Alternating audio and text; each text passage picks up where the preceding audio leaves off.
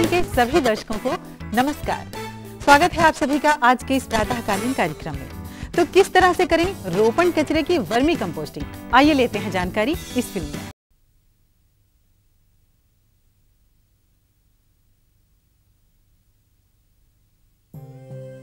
एक स्वस्थ फसल हर कृषक का सपना है।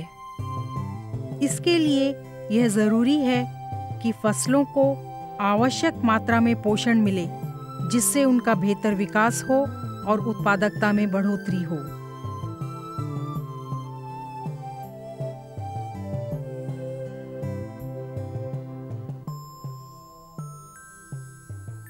रोपण फसलें जैसे नारियल और सुपारी छोटे और मझोले किसानों द्वारा उगाई जाती हैं। खाद के ऊंचे दामों की वजह से अधिकांश किसान अपनी फसलों को पर्याप्त पोषण नहीं दे पाते हैं। रासायनिक खाद महंगी ही नहीं, बल्कि इसका अधिकाधिक प्रयोग मृदा के स्वास्थ्य के लिए हानिकारक है। विभिन्न प्रकार की कार्बनिक खादों द्वारा की गई कार्बनिक कृषि इन सभी समस्याओं का एक उचित उत्तर है। केंद्रीय रोपण फसल अनुसंधान संस्थान ने एक नई कम लागत वाली तकनीक विकसित की है, जिससे कृषक रोपण फसलों के कूड़े करकट को केंचुओं की मदद से वर्मी कंपोस्ट में बदल सकते हैं। इस तकनीक को वर्मी कंपोस्टिंग की संज्ञा दी गई है। इस तरह बनाई वर्मी कंपोस्ट को पुनः नारियल बाग में प्रयोग किया जा सकता है। अच्छी तरह से प्रबंधित 1 हेक्टेयर नारियल बाग से औसतन 6 से 8 टन सूखे नारियल पत्ते, गुच्छों का कूड़ा इत्यादि प्राप्त होता है। इनको कंपोस्ट के रूप में बदलकर नारियल सहित विभिन्न फसलों के लिए उपयोग में लाया जा सकता है, जिससे इन फसलों के आवश्यक पोषण की अपेक्षित अंश की पूर्ति की जा सकती है।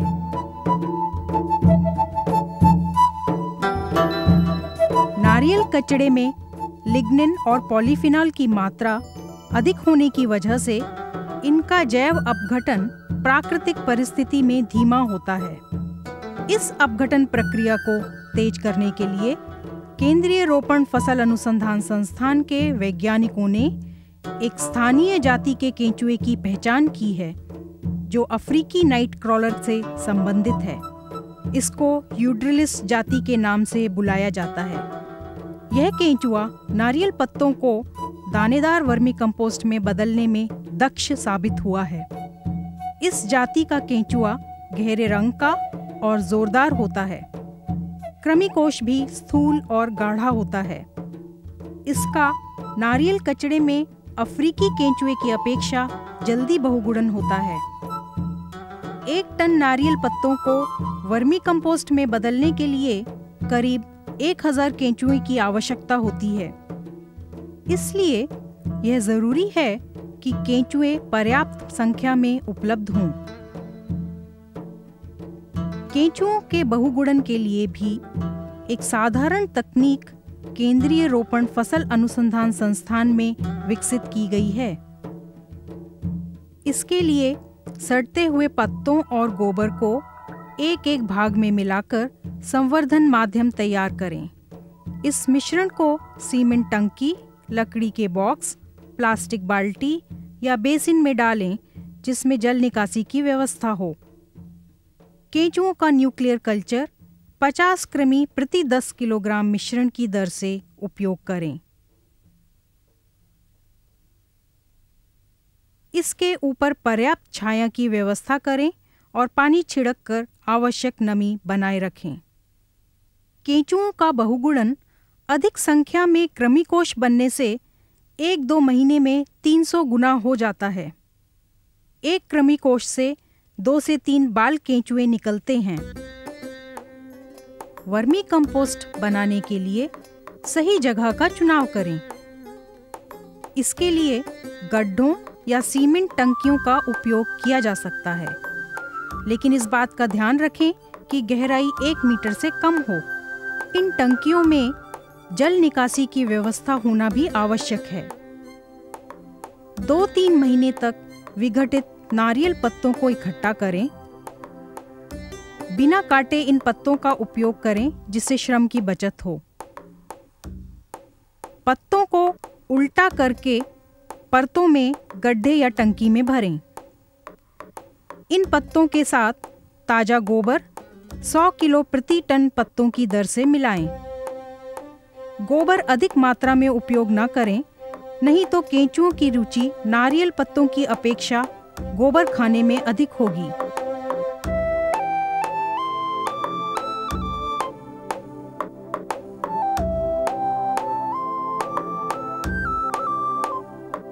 पत्तों और गोबर की परतों को बारी बारी से टंकी में भरें।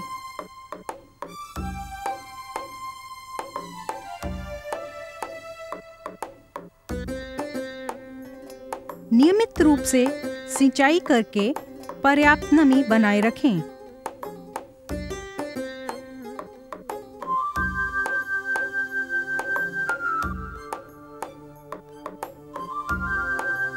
तीन हफ्ते के प्रारंभिक अपघटन के बाद 1 टन नारियल पत्तों के लिए 1000 केंचुओं को टंकी में छोड़ें।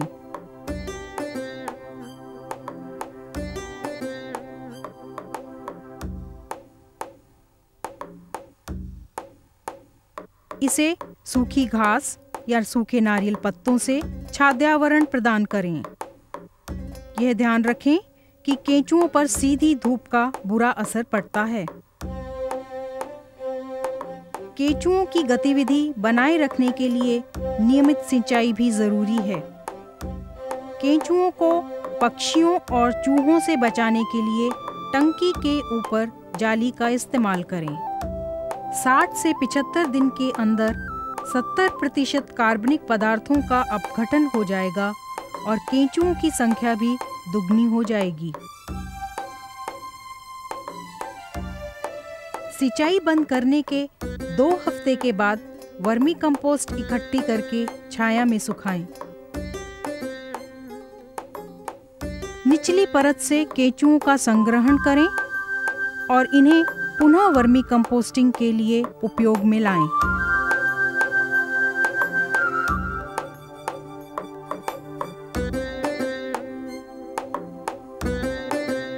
अपघटित सामग्री को छानकर अलग करें।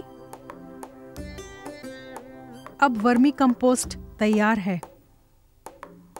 नारियल पत्तों से बनी वर्मी कंपोस्ट में 1.2 से 1.8% नाइट्रोजन, 0.1 से 0.2% फास्फोरस और 0.1 से 0.4% पोटेशियम होता है। नारियल बागों में वर्मी कंपोस्टिंग गड्ढों या ढेरों में की जा सकती है, जिसमें कम लागत आती है, और समृद्ध खाद बागान में ही तैयार की जा सकती है। सुपारी उगाने वाले किसान भी वर्मी कंपोस्ट बनाने की प्रक्रिया का प्रयोग कचरे के पुनः चक्रमण के लिए कर सकते हैं। 1 हेक्टेयर सुपारी बाग से करीब 5 से 6 टन कूड़ा करकट प्राप्त होता है। अगर सुपारी के साथ कोको को मिश्रित फसल के रूप में उगाया जा रहा है तो इतना ही कचरा और उत्पन्न होगा।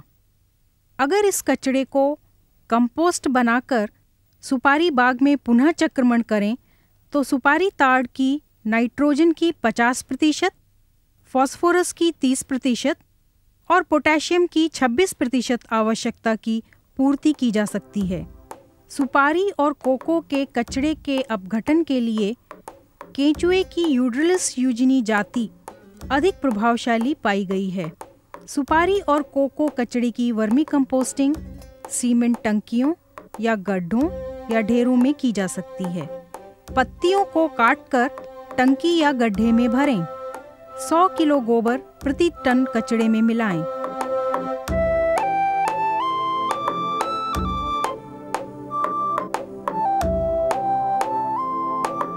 पानी छिड़ककर पर्याप्त नमी बनाए रखें। इस मिश्रण को अपघटन के लिए 2-3 हफ्ते तक छोड़ दें। इसके बाद 1 टन कचड़े के लिए 1000 केंचुए टंकी में छोड़ें। अगले 60 दिनों तक नियमित सिंचाई करके नमी बनाए रखें। इसके बाद सिंचाई बंद कर दें। इससे केंचुए निचली गीली परतों में चले जाएंगे। ऊपरी परत से वर्मी कंपोस्ट का संग्रहण किया जा सकता है। इतने समय में 88% सुपारी पत्तियां और 75% कोको की पत्तियां दानेदार बिना गंध वाली वर्मी कंपोस्ट में परिवर्तित हो जाएंगी। अकार्बनिक खादों की अपेक्षा वर्मी कंपोस्ट कहीं अधिक बेहतर है। यह स्थिर, बारीक कार्बनिक खाद है जिससे पोषक तत्व धीरे धीरे मुक्त होकर मृदा में प्रवेश करते हैं। इसके प्रयोग करने से किसानों को अनेक लाभ प्राप्त हो सकते हैं। वर्मी कंपोस्ट में मौजूद पोषक तत्व आसानी से पौधों को उपलब्ध होते हैं। वर्मी कंपोस्ट के कार्बनिक पदार्थ सूक्ष्म होने की वजह से मृदा का भाग बन जाते हैं और मृदा के सूक्ष्म जीवों की क्रियाशीलता में सहायक होते हैं। यह मृदा की उर्वरता को भी बढ़ाती है। इसमें हार्मोन और विटामिन्स होते हैं जो पौध विकास में सहायक होते हैं। यह मृदा वातन, मृदा की जल धारण क्षमता एवं पौध की मूल वृद्धि भी सुधारती है। स्थूल न होने की वजह से इसका भंडारण और परिवहन भी आसान है। वर्मी कंपोस्ट के प्रयोग से नारियल और सुपारी की पौध की वृद्धि और ओज में सुधार देखा गया है। प्रौढ़ ताड़ों में भी वर्मी कंपोस्ट के प्रयोग से उच्च उत्पादकता पाई गई है।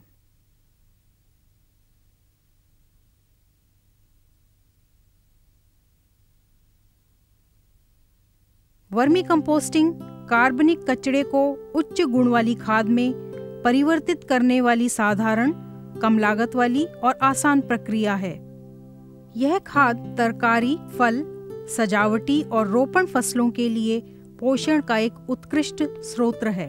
किसान इस तकनीक को अपनाकर न केवल अपनी फसलों की पोषण आवश्यकता को पूरा कर सकते हैं, बल्कि यह किसानों के लिए एक लाभकारी उद्यम भी है। वर्मी कंपोस्ट के उत्पादन में लागत 2 रुपये प्रति किलो की आती है, जबकि बाजार मूल्य 7 रुपये प्रति किलोग्राम का है। वर्मी कंपोस्ट एवं केंचुओं की मांग दिन प्रतिदिन बढ़ती जा रही है और इसे पूरा करने के लिए केंद्रीय रोपण फसल अनुसंधान संस्थान विभिन्न राज्यों के किसानों और विकास एजेंसियों को केंचुओं का न्यूक्लियस कल्चर वितरित कर रहा है। बहुत ही कम समय में इस संस्थान से 5 लाख से भी अधिक केंचुए किसानों को प्रदाय किए जा चुके हैं। केंद्रीय रोपण फसल अनुसंधान संस्थान आजकल वर्मी कंपोस्ट प्रक्रिया को किसानों के बीच लोकप्रिय बनाने में महत्वपूर्ण भूमिका अदा कर रहा है। इस संस्थान का लक्ष्य है कि अधिकाधिक संख्या में किसान कार्बनिक खाद उत्पादन के लिए इस तकनीक का प्रयोग करें और अपने स्वस्थ फसल के सपने को साकार करें।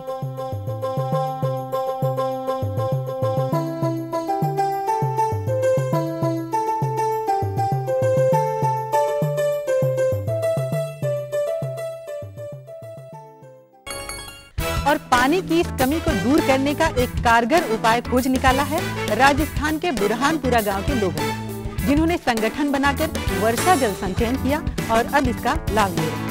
किस तरह से, आइए देखते हैं ये फिल्म।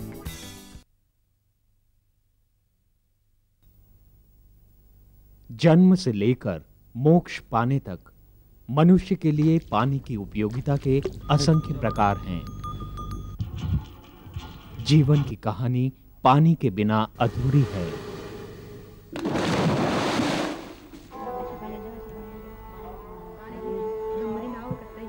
दुर्भाग्य से भारत ने सच्चाई को अभाव और तकलीफ सहकर ही जाना। भारत में उपलब्ध जल संसाधनों का अधिक समय से अत्यधिक उपयोग हुआ है। वे इस क्षेत्र में अपना आत्मविश्वास खोकर निस्तेज होते जा रहे हैं, जैसे कि इस नवजीवन प्रदान करने वाली शक्ति से वंचित हों। आज इसके पुनरुद्धार की बहुत ज्यादा जरूरत है और इसके पुनरुद्धार का एक विश्वस्त स्रोत हो सकता है जलागम प्रबंधन। जलागम प्रबंधन सिर्फ पानी को प्रदान करने से ही संबंधित नहीं है, बल्कि ये संबंध रखता है अपने द्वारा जीवन को फिर से परिभाषित करने से। भारतीय गांवों में जलागम योजना शांत और धीमी पर शक्तिशाली क्रांति रही है। जलागम योजना ने 250 खरब हेक्टेयर जमीन को नष्ट होने से बचाया है। सफलता की श्रृंखला की एक कड़ी अब भी सांसें ले रही है राजस्थान के एक छोटे से गांव बुरहानपुरा में। राजस्थान के पश्चिम में सीकर जिले के नीमका थाना क्षेत्र में बुरहानपुरा स्थित है।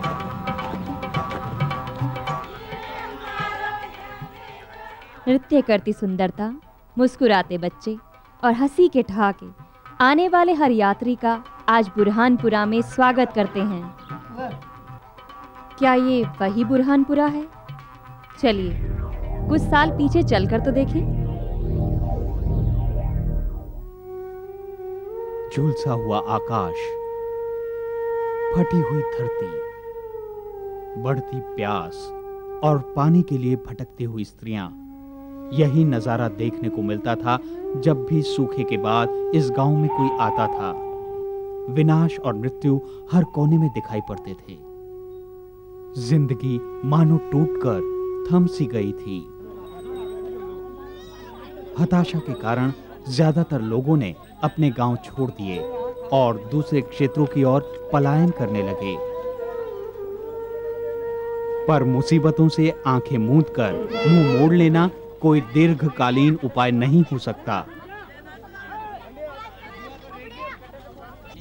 और उपाय मिला जब कुछ जलागम अधिकारियों ने समझाया कि किस तरह से पानी उनके जीवन में क्रांति ला सकता है।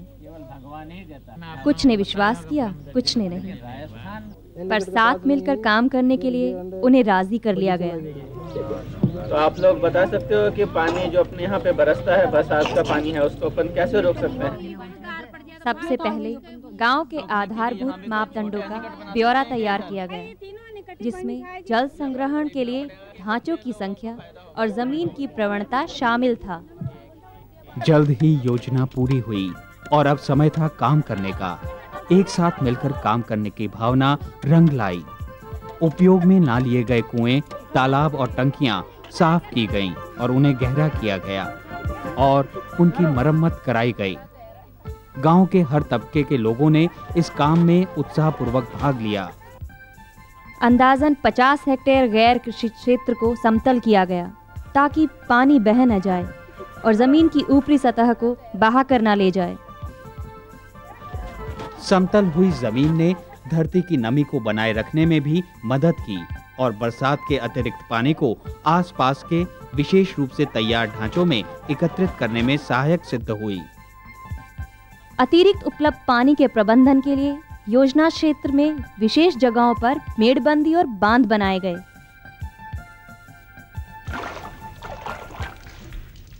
जैसे जैसे योजना का काम आगे बढ़ा, विकास और खुशियां भी बुरहानपुरा के लोगों में बढ़ने लगी। कृषि उत्पादकता ने अब नए आयाम छू लिए थे। खेत जो साल में एक फसल उगाने में अक्षम थे, अब सालाना 3 तरह की फसलें उगा रहे थे। जलागम कार्यक्रम के तहत बागवानी का काम किया गया, आय देने वाले पौधों को उगाने के लिए। समय के बीतने के साथ साथ इन प्रयत्नों के लाभ दिखने लगे। बाग बगीचों में और खेतों में उन्नत तकनीकी तरीके जैसे ड्रिप सिंचाई अपनाने से फसल की बढ़ोतरी में सहायता मिली। सिंचाई पर भार कम करने से और भूजलीय स्तर को बढ़ाने से कुओं में पानी का स्तर 10 से 15 फुट बढ़ गया। तालाबों में पूरे वर्ष पानी रहने लगा। जलागम प्रबंधन ने इनके जीवन को पुनः परिभाषित किया और बच्चे खेलने के साथ साथ अपने उज्जवल भविष्य के सपने बुनने लगे।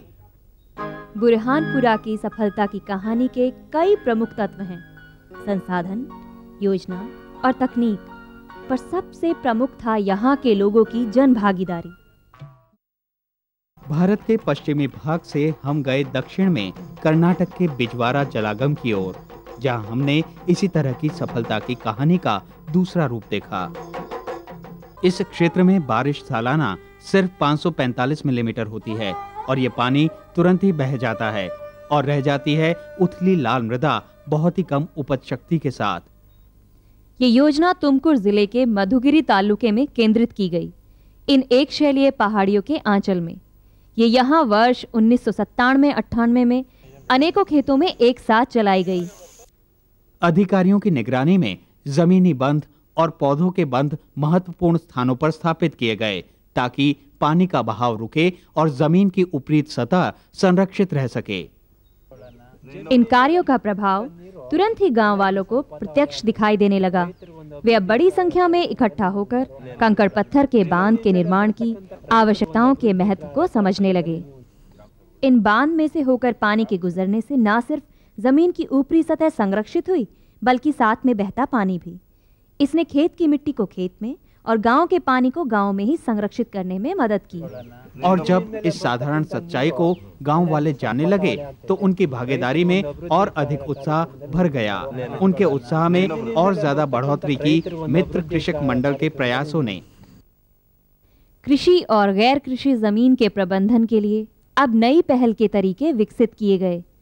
योजना अधिकारियों की निगरानी में संपूर्ण ग्रामीण समुदाय ने इन जमीनी और कंक्रीट के बांध के निर्माण कार्य में भाग लिया।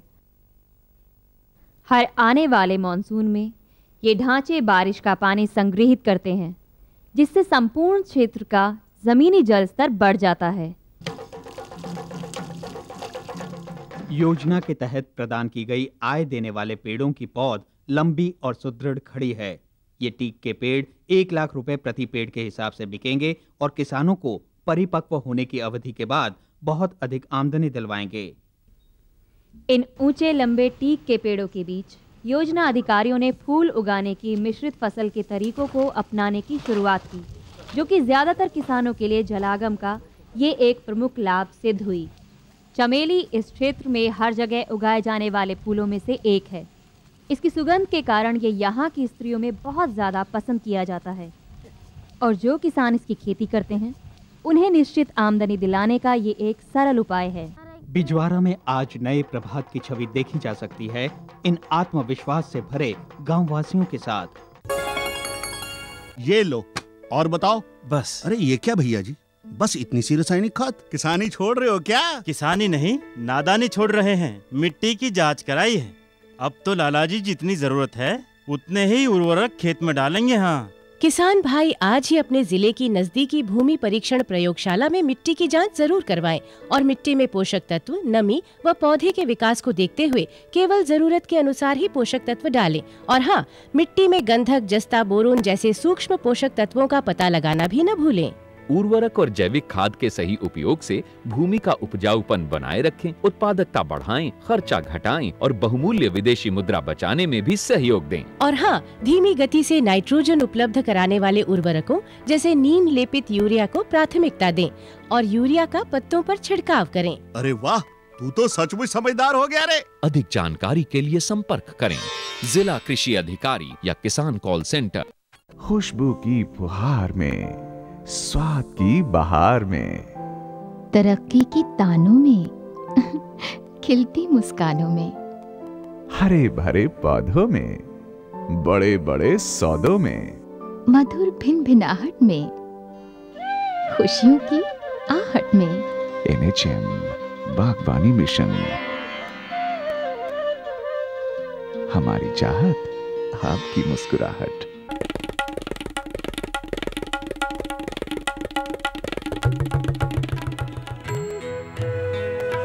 अम्मा जी, मैं चली स्कूल पढ़ने। स्कूल? पर शादी के वक्त तो तूने कहा था कि तू पढ़ी लिखी है। अरे अम्मा जी, फार्म स्कूल जा रही हूँ खेती की नई नई बातें सीखने। आप भी चलो ना। फार्म स्कूल, जहाँ खेतों में पैदावार बढ़ाने की हर बात किसानों को सिखाई जाती है, जैसे मिट्टी के हिसाब से सही खाद, बढ़िया बीज और जरूरत के मुताबिक कीटनाशक, ताकि कम लागत में अधिक मुनाफा।